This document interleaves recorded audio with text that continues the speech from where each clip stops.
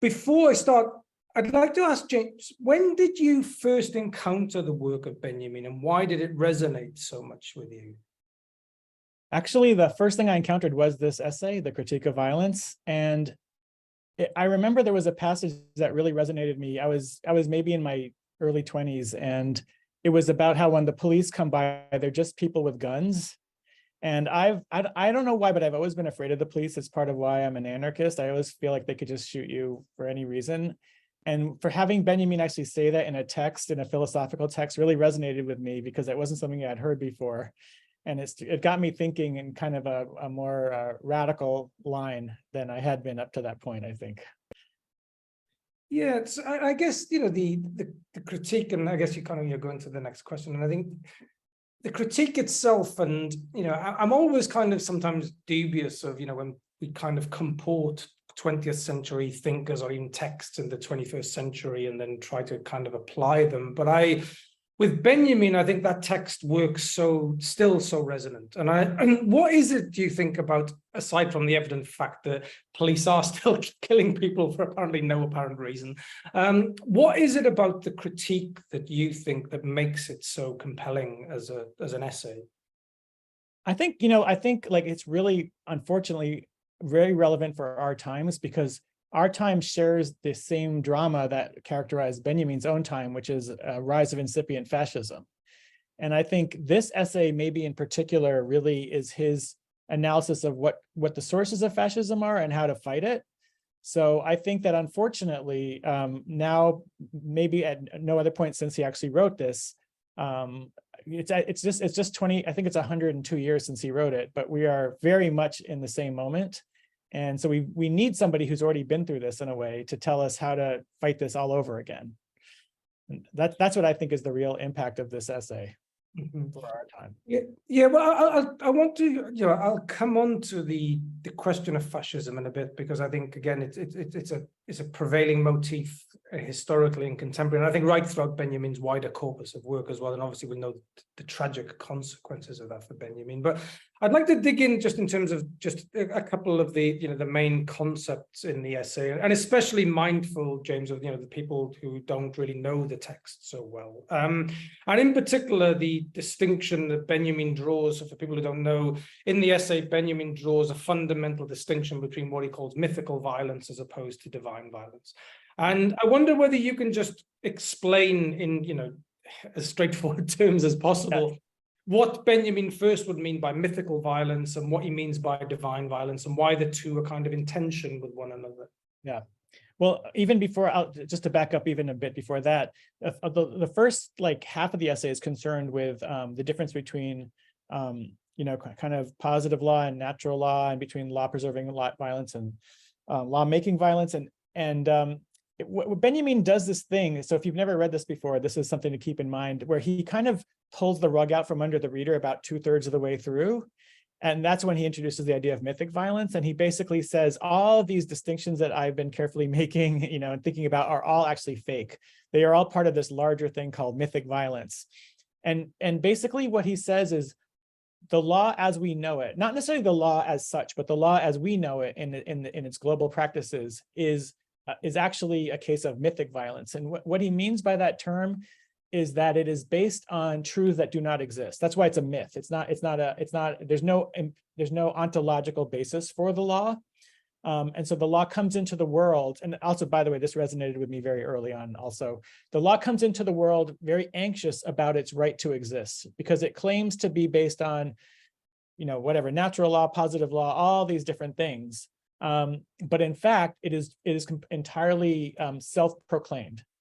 And so its authority over us is completely based on our ongoing fear of the law, in fact. And so one of his claims is that the law has to constantly kill, really kill, in order to kind of remind us and itself that it really exists, that it has a real ontological basis. But its problem is it can never kill enough to sort of establish itself once and for all as an absolute and eternal truth, which is what it claims to be. So it is always caught in this cycle of endless violence. So, you know, it's mythic, and it's a form of fetishism, right? So gods that do not, we pray to gods that do not exist, right? And when we do that, we ascribe things to them, And then what's actually happening is that earthly people are sort of saying, the gods want this, the gods want that. They'll be very angry if you don't do this, if you don't do that. But what it really is human beings pretending to speak as gods in a godlike way, and then taking that authority that they get from the gods and bringing it into the earth. So it's a very illicit way for people to self-authorize themselves by using these exteriorities, like this mythic exteriority.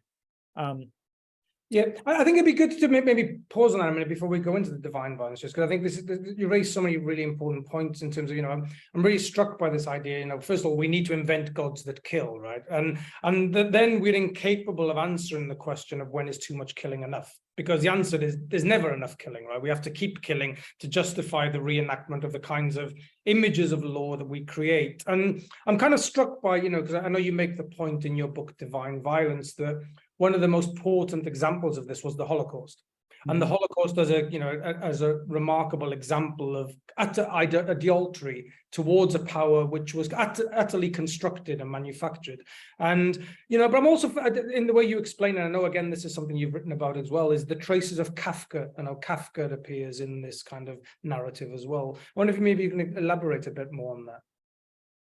Well, Kafka was Benjamin's great muse. He I think more than anyone else, he really inspired Benjamin with his stories. And if you read a book like The Trial, for example, it's really making the same argument. The Trial is all about the law as this kind of cosmic feeling, but actually very down in the mud phenomenon, right? Its manifestations are very banal and trivial, like the law courts are kind of stuffed up in people's attics, and people are making cabbage soup next to the court of law and all this stuff. So it's very human, but it purports to have this absolute authority. And as Joseph K. goes through the novel, he gets arrested, and then the whole novel is about him kind of trying to proclaim his innocence, but there is no innocence. The law needs fodder to establish its reality. And so it's really, and this is one of Benjamin's great points, which I think Kafka makes for him. The law is never about justice. It's never about helping people get justice. It's always about itself. And people are used as ways for the law to establish its own reality to itself as much as to us. Yeah, so in that reading, then, would you say that, in the establishment of reality, violence becomes absolutely necessary for the very realization of power, or for power to even reveal itself? Without the violence, there's no revelation of the legal basis of power.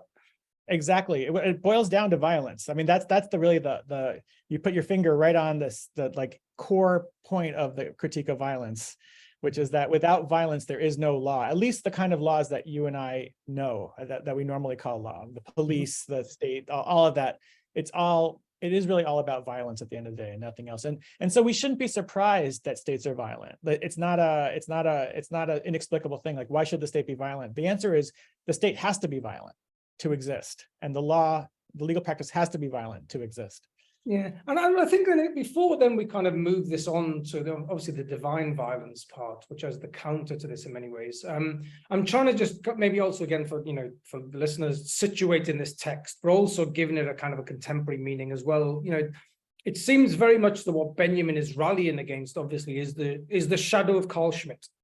And and Schmitt's kind of idea of sovereignty in itself, which I don't think Schmitt would disagree that the sovereignty is a mythical power, and he would follow Benjamin up to the point, but believing in its necessity. And if we think about the paradigm of international relations the past 30 years, it's been dominated by the shadow of Schmitt and that kind of belief in the necessity of violence to create order and justice and rule of power and so forth. Yeah, I mean, in a weird way, they had a lot of similar ideas, and they would exchange letters. And even though Schmitt was obviously like a fascist or a conservative Catholic technically, but a supporter of the Third Reich. But I think the huge difference between them, which is very important, is that Schmitt was fine with that. Schmitt was like, yes, the law is violent, and you need a dictator to sort of embody that violence and to perpetuate it, because he believed in this idea called the catacon, which is that the state is there to keep away this catastrophe. So it's anything it does is justified, right? So that was his justification for the state. Whereas for Benjamin, this is terrible. This is fascism. This is tyranny. So whereas Schmitt wanted to double down on the law, sort of understanding a shared vision of what the law really was, Benjamin wanted to get rid of it altogether. So that's the key. That's a huge difference between them. Well, I guess it's in that moment of getting rid altogether is where we come to the divine violence. So that kind of, or Benjamin also calls bloodless violence. And I'm wondering whether you could also maybe explain a bit what divine violence is and how that might also link to a narrative of basically revolutionary politics or a revolutionary potential in Benjamin, and even the messianic as well, I guess, is also within that as well. Yeah. So divine violence is a violent, in the German, probably a closer translation would be godly violence, or, God's violence. And the difference is that because God really exists in this vision, it's not insecure. This power is not insecure about itself. It doesn't need to hurt us in order to establish itself. Its existence is sort of independent of human consciousness and so on and so forth.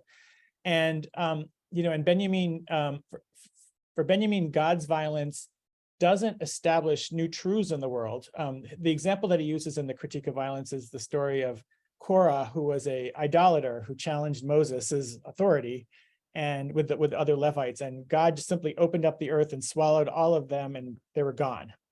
So it doesn't. And the example sort of implies that God doesn't need to shed blood. God doesn't need to. God can just eliminate, and doesn't. And it's a very important point, because if God was competing with mythic violence and setting new truths in the world, they would instantly become new idols and new sources of mythic violence. So I think what's really critical about his idea of divine violence is that we know nothing about it. It has nothing to do with us. And I have a great example, which really to me illustrates the difference between mythic and divine violence. So if you'll permit a short digression. I don't know if you're familiar with Machiavelli's treatment of Numa, who was the second king of Rome, but he says that Numa, he loves Numa because Numa realized that the Romans were very unlawful and just wild and uncivilized. So he lied and he pretended that a goddess had given him these golden tablets with the law. And he said that anyone who violated the law would be killed immediately. And it worked. And Machiavelli praises him for this big lie. But that's mythic violence, right? He invented a god. He projected his own laws onto this god and receives them as like unimpeachable, that you cannot, and if you mess with it, he gets to kill you, in the name of God, right? So that's perfect mythic violence. And when I'm imagining what divine violence would be like, it would be if the fake goddess that he lied about actually showed up, took his tablets and smashed them into pieces and then left, saying nothing, right? That's divine violence. Divine violence just undoes lies that are projected onto the exteriority. It's like that the exteriority manifests itself and just undoes that. And, for Benjamin, some people have problems with his theology, but, it's not simply like these kind of dramatic and indeed messianic moments when God comes into the world and interferes with all the lies that have been attributed to God. But it's kind of like a constant, like all of reality is constantly resisting the kind of lies that are put onto them, whether it's, commodities, with capitalism, or whether it's legal subjects or legal objects, none of those things are what mythic violence says they are. So they're always resisting. So you can think of divine violence as the kind of like this materialist resistance to all the lies that archons and would-be rulers and tyrants and fascists and liberals and all of them want to sort of put into the world, right? And the way this becomes revolutionary, right, is that people have this opportunity because divine violence is always present and always resisting mythic violence. It creates a space in which human beings can act autonomously from mythic violence, right? If it wasn't for that, we would be condemned to whatever these lies are. We would be stuck as Numa citizens forever, Yeah, I guess the way you describe that process of the smashing of the tablets, it also, and again, bringing it back to like Schmidt's point about, we need sovereignty to kind of ward off the catastrophe, and I think that, but also reminds me of Nietzsche's point, the catastrophe is precisely when we no longer believe in the myths that bind us, right? That's a kind of a nature of the catastrophic, and that's the revolutionary moment. And I guess, what I'm taking in terms of, most of the critical engagements with Benjamin's critique don't dispute the mythical violence part of it. It's the divine violence where most of the debates kind of take place. And to what extent is divine violence bloodless in terms of basically effectively what Judith Butler calls non-violent violence, right? So we know like Zizek has a very different take and would say, well, no, divine violence is actually violent, and I wonder, where do you stand on that, between that kind of that pole between divine violence as being a revolutionary potential, almost in a way that Agamben would call potentialities, I guess, in terms of, there's this kind of non-violent element to it, whereas others would say, no, Benjamin's very clear in his example, and it involves violence in revolution. I mean, yes. I mean, I agree that he is not a non-violent. We're using the word violence, but in German it's Gewalt, which means something more like power or force. It's not violence like stabbing people violence, but Benjamin is not a non-violent person. He does believe in using physical violence when it's required, which is maybe ironic to talk about a non-violent violence. But I do have a small bone to pick with Zizek, because I think he sort of conflates two things, because he has a line. I think it's like his essay is called On Violence, but it might be not quite that. But anyway, he says when the poor come out of the favelas and kill all the rich people, that's divine violence. I think it's more like my problem with that is when you start to say that people can sort of deliver divine violence, it makes it exactly the same as mythic violence, right? When you're doing anything in God's name, you are once again evoking something transcendent to establish a kind of an immanent truth, right? Something in the world. And I think that's for me, that is really not in keeping with what Benjamin says, because the whole upshot of this is that anytime anyone speaks to you of absolute truths, run the other way. Like those are liars, right? And really, truth as such as we know it is something that we work out for ourselves without knowing what transcendent truths are, right? We in the face of those transcendent truths, we create our own. So it's a much kind of more humble and horizontal form of activity. So I fear that if you think like the mob is an avatar of divine violence, you are confusing the mob with the dictator. Yeah. And I guess, and I don't want to take this on too much of a digression, but it does remind me of some of the conversations I had previously on Fanon, and the ways in which, the revolutionary question in Fanon is not the violence that causes revolution, but what happens the day after, right? How do we kind of, and how do you break out of that mythical paradigm of violence? And I think that's there in the continuum of Fanon. But I want to move this on to, maybe two, again, very important points within the critique, which is also at the heart of Benjamin's work. And that's the question of time, and also the question of fascism. And I think to me, I always read the critique of violence as asking one particular question, which is, how do we develop a critique of violence which is adequate to our times? And I think Benjamin asks that more than anybody, what is the time in which we are living in? How do we understand the time? And you alluded to at the beginning, well, we're still living in a time dominated by fascism. Now, I was kind of taken, back, James, when, again, thinking about this chat about, the interview we did with the Los Angeles Review of Books, and I pressed you then on, the question of fascism then. And there's one line in particular that really struck out for me, which you said that you took from Benjamin, and that is, fascism is always on the brink of collapse. I wonder if you could, talk me through that and what you mean, and why Benjamin is, in other words, fascism is not defined by its strength, but actually by its weakness. Right. To me, that's the best thing about the critique of violence, right? Fascism works when we are afraid of it, right? I think Benjamin, by the way, subscribes to Marx's belief that fascism is just the flip of the other side of liberalism, which is when the markets aren't being adequately protected, when there's too many leftists out there, or Antifa or whatever, the fascism comes out to sort of repress all that. And then, because it's an unstable system, it returns to liberalism. But for Benjamin, they're kind of the same thing, So in a way, we've always been under some kind of fascist form of law, so give or take. But yes, when you realize from reading the critique of violence is that fascism is actually incredibly vulnerable, because it needs a particular response from the population in order to exist at all, right? When you realize that that it's fascism that is anxious about its existential status, right? And when it's confronted with divine violence, which has no such anxiety, you see how vulnerable and on the verge of collapse it always is. Fascism as a kind of technical matter, when it manifests like it is in our own time, is it has to be spectacularly violent, but it can't be violent enough ever to sort of permanently establish itself. So it's unstable. It's always going to collapse. And I think however scary it is, that's all it is. There's nothing more than that. It's nothing but that violence, and it's very empty in a way, right? I kind of popular resistance is really the antidote to fascism, and this is basically what Benjamin is telling us.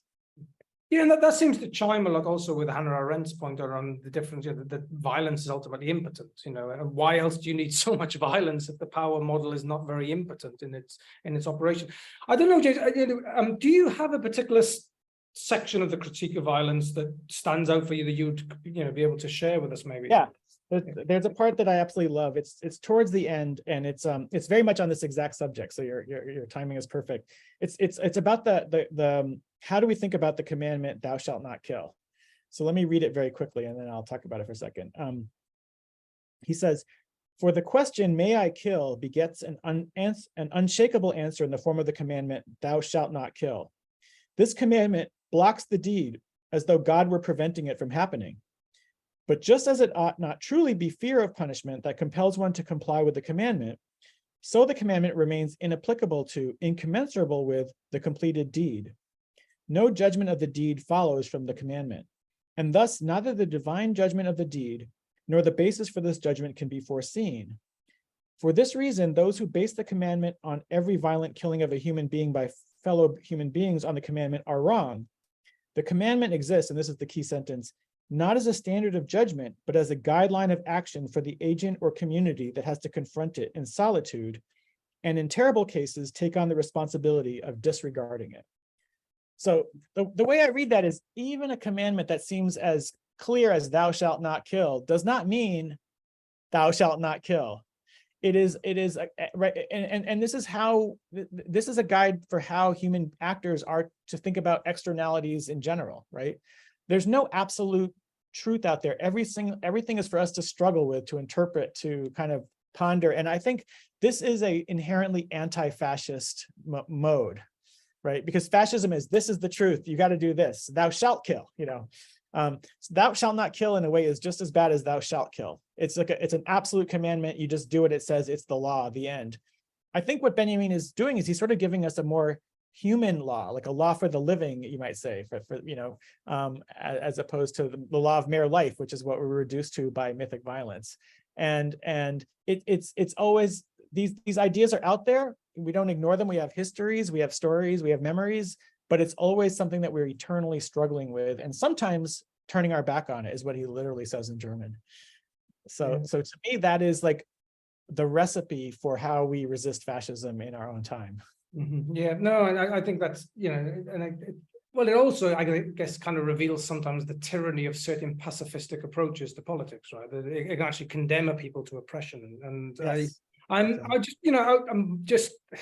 I could talk to you for the next 5 hours, James, through all this. I could talk to you for the next 5 hours. I think we've got, there's, I'm mindful of the time for questions and so on. So I think we'll just, I'll end with one kind of, it's not an easy question, but it's, and I guess I want to bring it back to the life of Benjamin and, what Benjamin kind of, and those final moments of Benjamin's life where he, becomes the refugee, he's fleeing kind of the horrors of fascism, and also ends up for a long period of time a disappeared body, and we know about the disappeared text of Benjamin. And how do you look back upon that moment of his life, and what do you think that means for how we should receive perhaps Benjamin's lesson today?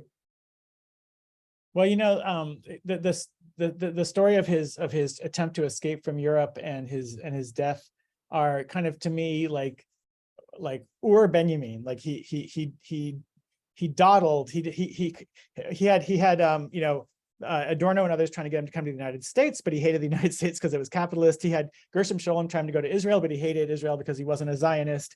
He didn't know where to go, and so he dawdled. And in a way, there's something tragically beautiful about his indecision. And even the way he died is a little bit complicated, because most people think that he committed suicide because he was told by the Spanish police that he was going to be investigated when he came into Spain. But it's also possible he took an overdose of sleeping pills by accident because he was so nervous. I kind of like that story better. Like I like to think of him not as this heroic figure who sacrificed his life, but a very human figure, a very, very vulnerable figure. He was in terrible shape. He could barely climb over the Pyrenees. He was only 49 years old, but his heart was bad. It's his sweet humanity that really appeals to me. And I think that comes through in the critique of violence. This is like a very human person who's not expecting us to be like, magically heroic or anything like that. And that's precisely the point of this, right? It's like, instead of having these ideals that we all have to ascribe to, he sort of allows us to be fully human, which is like a contrast to those kind of demands and ends that come onto us from externality. So he lived his whole life, it was somewhat of a disastrous life. He could never get a job as an academic. He was poor, he was persecuted, he died. But in a way, he epitomized this lovely humanness that I think is really the heart of what I think of as anarchism, like the ordinary life made its own principle, as opposed to fascism and liberalism and all these ends-oriented things. Well, I think that's a beautiful image of him as the anti-hero, because what does mythical violence need more than anything else if it's not heroes, right? So exactly. So if he died to, like screw it, like that's not to me as heroic, as anti-heroic as freaking out and taking too many sleeping pills. Okay. Well, thanks so much for this, James. And I'll now pass over to Anthony, who I'm sure has some questions who he can put to you from the audience as well. Thank you so much, Brad. And thank you, Anthony.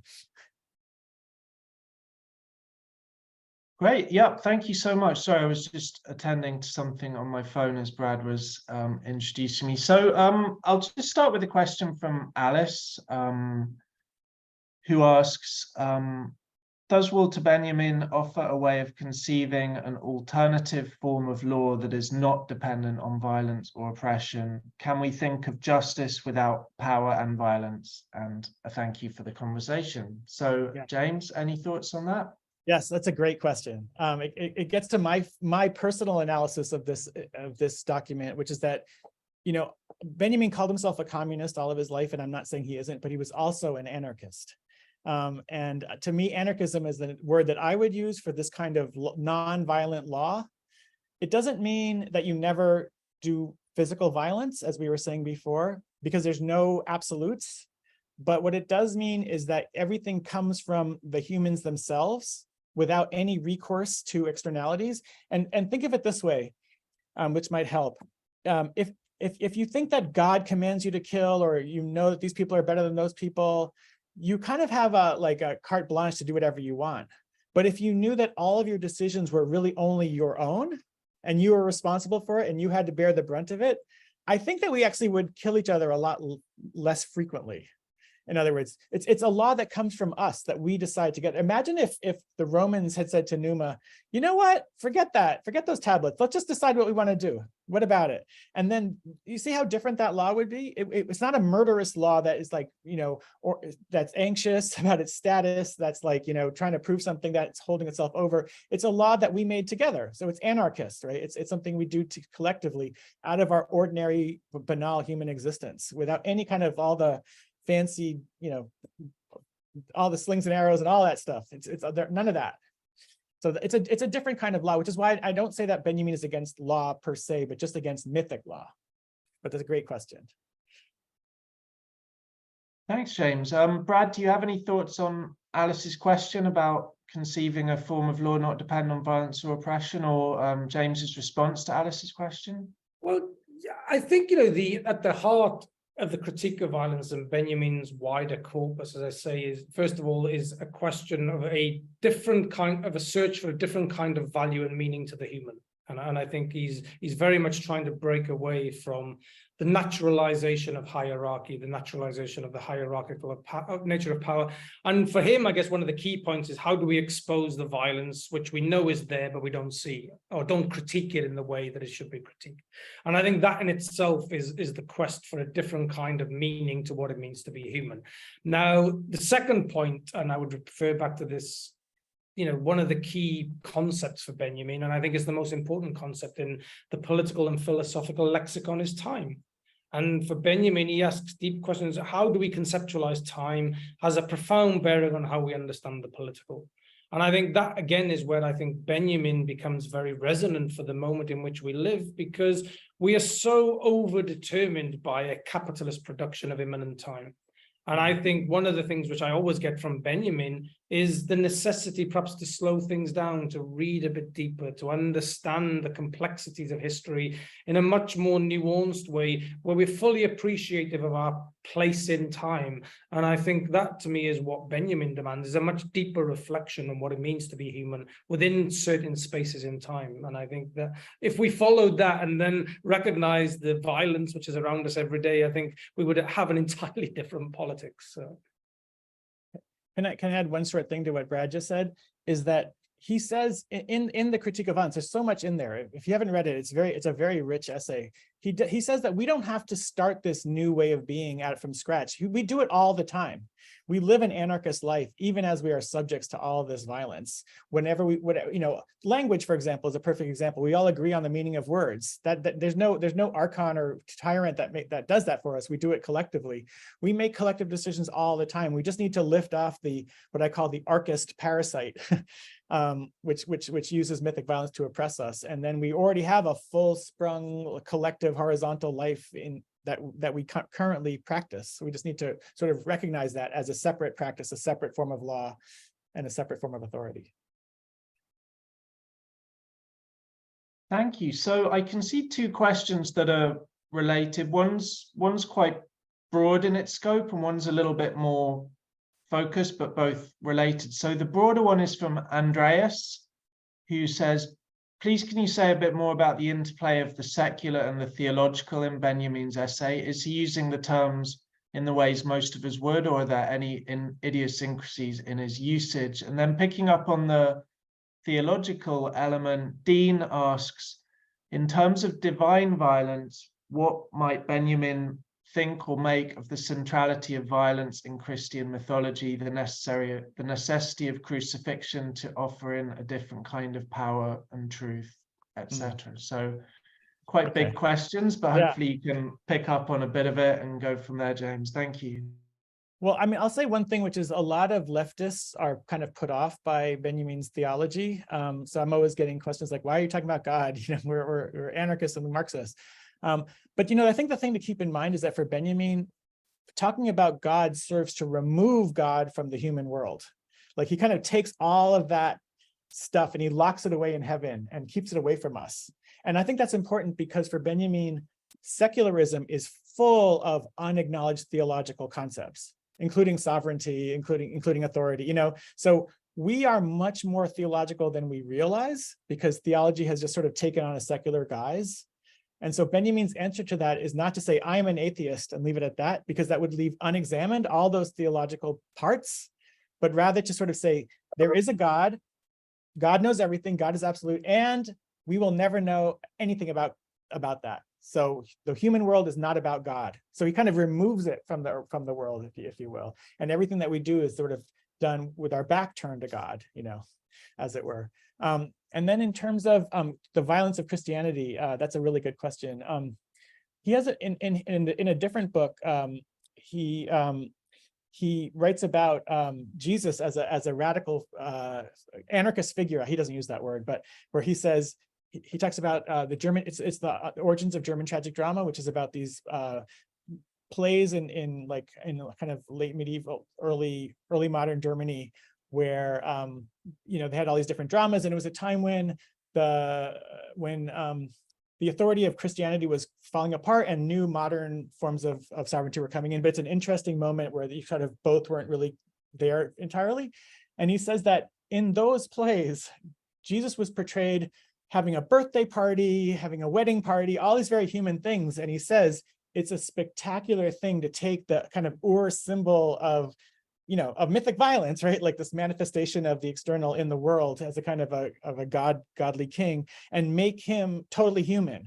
So it sort of takes the center of Christianity and uses it to subvert all of the kind of mythic violence that Christianity produces, So his interest is less in the violence of Christ than in the banality of Christ, that he would wear clothes and shoes and, hats and get a sunburn and, all that, just that stuff. That's where his energy goes. I think he would say, however, that yes, the way Christianity is normally understood is not like that. So it is full of this violence. And in a way, Jesus as a symbol of mythic violence sort of serves to sort of absorb some of that violence into himself, but really in so doing, he permits all of us to sort of absorb that violence into ourselves. And it sort of sustains, he's got a radical vision of Christianity, but the kind of more conventional version of Christianity sustains mythic violence. It sort of gives us a model by which to sort of understand that.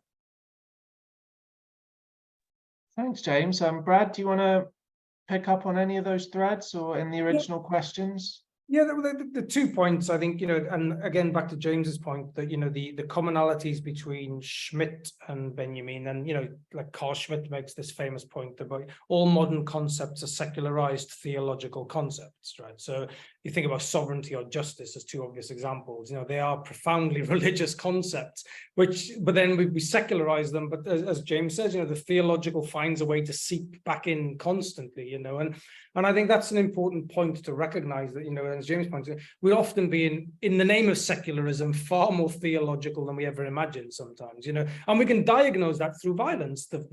Look at the wars on terror, and Tony Blair, who says, just war is a profoundly theological concept, right? And we have to have faith in the mission and so forth. Now, in terms of, the question then around Benjamin's kind of theological kind of, and again, James's point about leftists kind of dubious of Benjamin's kind of theology, I think that connects to his so-called messianic politics. And I think all I read with Benjamin, what he calls the messianic is, how do we account for the time that remains, right? Or the time to come? What do we call that if not something, if we have a certain hope in the future, how can that not be something other than promissory in some way or another? So I think that, that's where it's a much more subtle thing. Now, in terms of the question of Christ, I don't want to kind of plug my last book, but I did kind of write an entire book on the ways in which sacrifice becomes a recurring motif in upholding mythical forms of violence.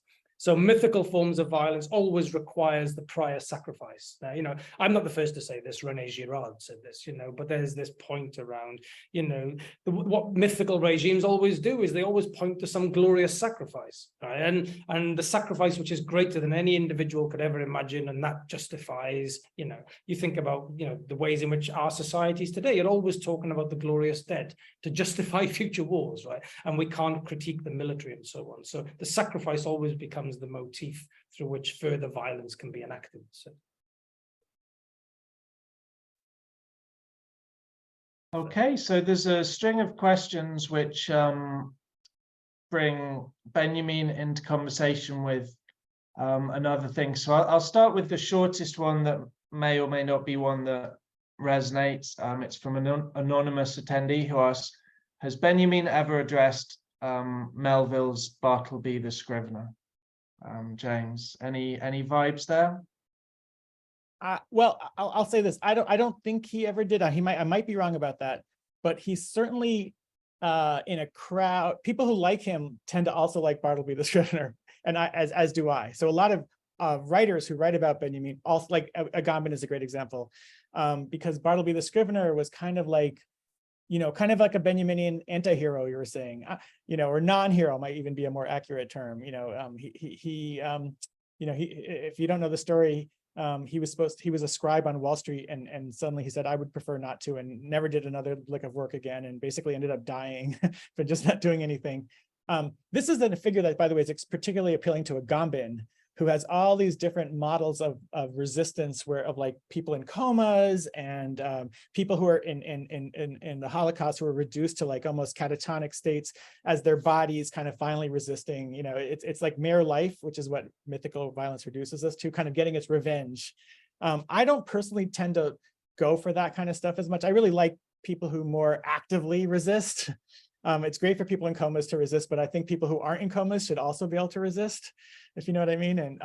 And I think we're probably more effective resistors in a way. Maybe that shows that resistance can happen under any circumstance, which I think is Agamben's point. But I prefer to focus on those who are, can do more to actually push back on fascism. So I like Bartleby the Scrivener too, because I think it's a fantastic story. He ends up defeating like Wall Street with his passivity, but I don't think that's the only model that Benjamin allows for. There are many, many models, I would say. Hey, well, I'm glad that the link was there, and you made some really lovely points. Brad, any thoughts on the Benjamin Melville link? Well, I'm just thinking, just the way James just explained that also kind of chimes with the way he described the final moments of Benjamin's life, right? It's kind of, you know, I prefer not to, right? And, and caught in this indecision, and then hopefully dies peacefully in his sleep, you know. So. Yes, that's beautifully put. Okay, so number 2 is Wittgenstein. This is from Naomi, who asks, your comments about agreement in the meanings of words seem to fit with the anti-foundationalism of the later Wittgenstein. Do you see significant echoes between Benjamin and Wittgenstein? I absolutely do. And in fact, I think my reading of Benjamin on language is probably just secretly imported from Wittgenstein, just kind of, but you know, Benjamin wrote essays about language too. And I think there's a beautiful resonance between the two of them, which is, you know, once again, that ordinary language has an enormous power. And, you know, the sovereign can only kind of use words that have already been determined by everybody else. So you can see it's another example of how the high and mighty aren't as powerful as we think they are. They're sort of forced to use, even the law, right, has to be spoken in a language that we created, that we, the people, created. So it can't supersede that. It has to use these words. And actually, the trickery of interpretation is a sign that the law isn't as powerful and absolute as it wants to be, because it has to be interpreted, because it has to be sort of determined. And that's that inability to absolutely be something is the drama of the law trying to assert itself nonetheless in human language. Well, again, I'm glad that one had resonance. Obviously, you know, they may be there, but maybe not for you. But obviously, Wittgenstein has kind of being a figure for you. Brad, do you have any thoughts on Wittgenstein in relation to Benjamin or anything else? Well, I would just certainly add that, you know, Benjamin's certainly an anti-foundational thinker, and I think there's no doubt in that. And I think, you know, if you want to connect it in that way, I would say, yeah, absolutely. And I guess I just add on to James's point again, this, you know, and I think it brings kind of Benjamin into concert with Wittgenstein and also with Hannah Arendt. There's this, and I think this is one of the key messages from all of them, is that no power is absolute, right? So however monstrous or hideous a regime may look like, it's never absolute in its power. And I think that's where Agamben becomes very important in this as well, as James says, you know, there's always the slightest glimmer of resistance where you least expect it. And I think that ability for the human to find its way back, it clearly runs throughout all of those thinkers. So.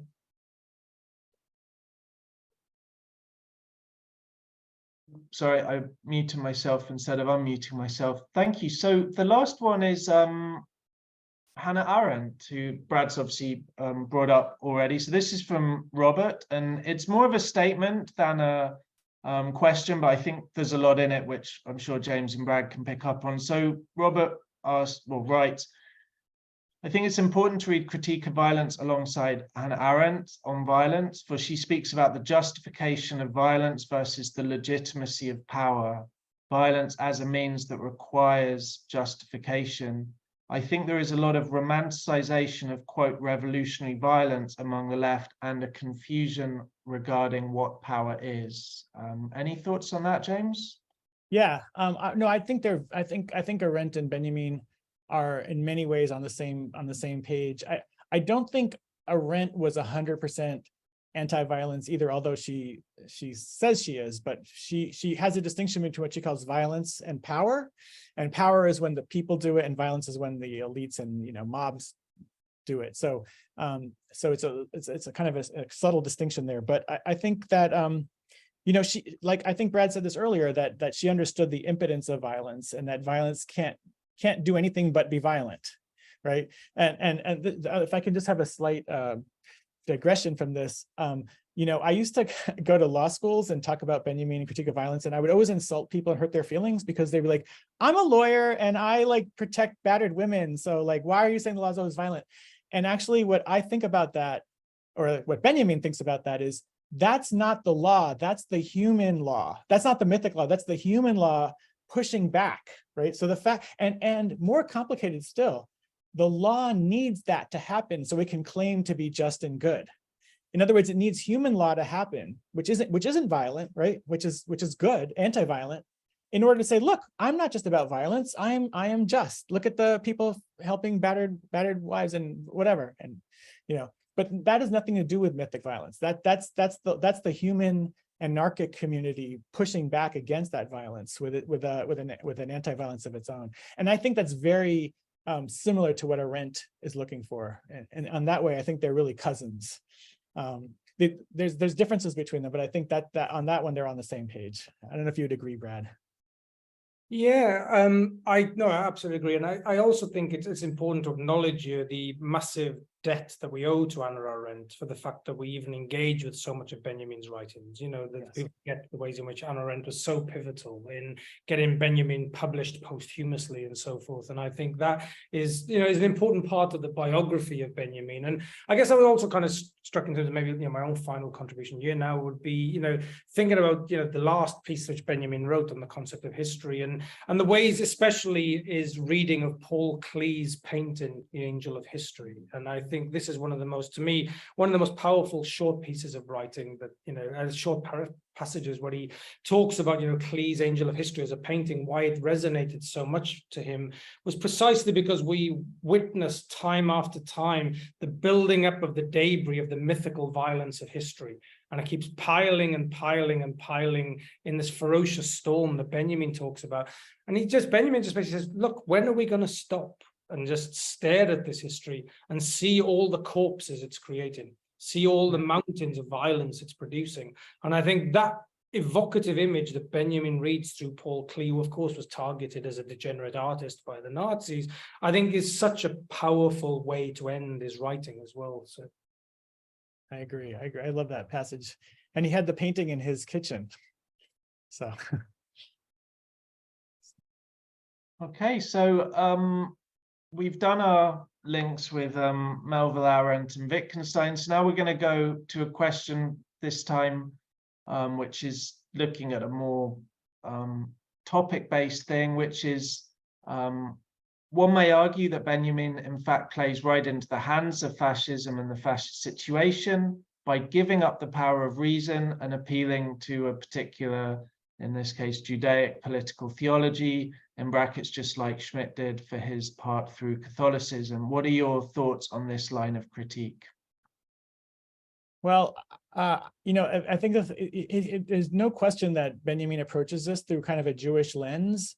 But I think what he does is not anything that we recognize as Jewish by any kind of orthodox or conventional Jewish thought. In the same way that Marxists tend to not really vibe with Benjamin very much, even though he said he was a Marxist. I think he takes these things and he twists them in his own way to sort of denude them of the kind of mythic force that they have. So it's true that him and Schmitt were in the same sandbox, if you will, but I think he did something very different with it. So that I think what he did, and maybe this risks something that this question is getting at, he risked looking directly at what fascism was in order to be able to really profoundly get at it, root and all.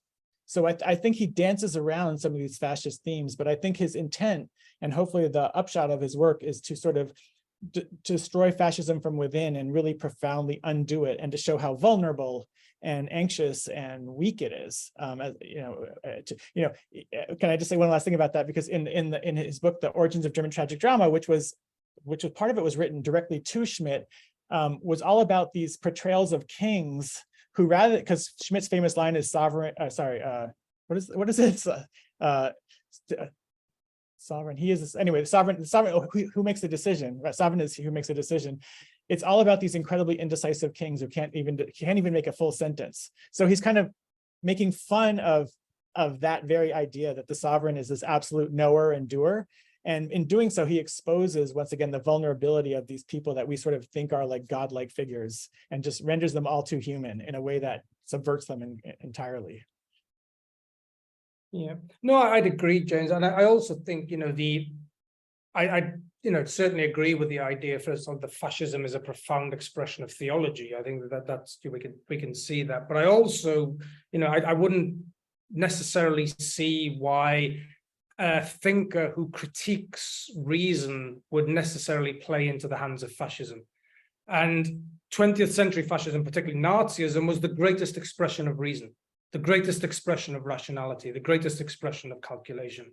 It was absolutely reasoned, absolutely rationalized. And Zygmunt Bauman understood this better than anybody. And I think this, and there's the Schmittian point that the sovereign is he who decides upon the state of the exception. It's pure strategy. It's purely reasoned. It's purely justified. Nothing is hidden. And I think so to be anti-reasonable as a thinker, I think might just allow you to subvert fascism. I think it's reason in itself, which is often a problem in fascistic thinking.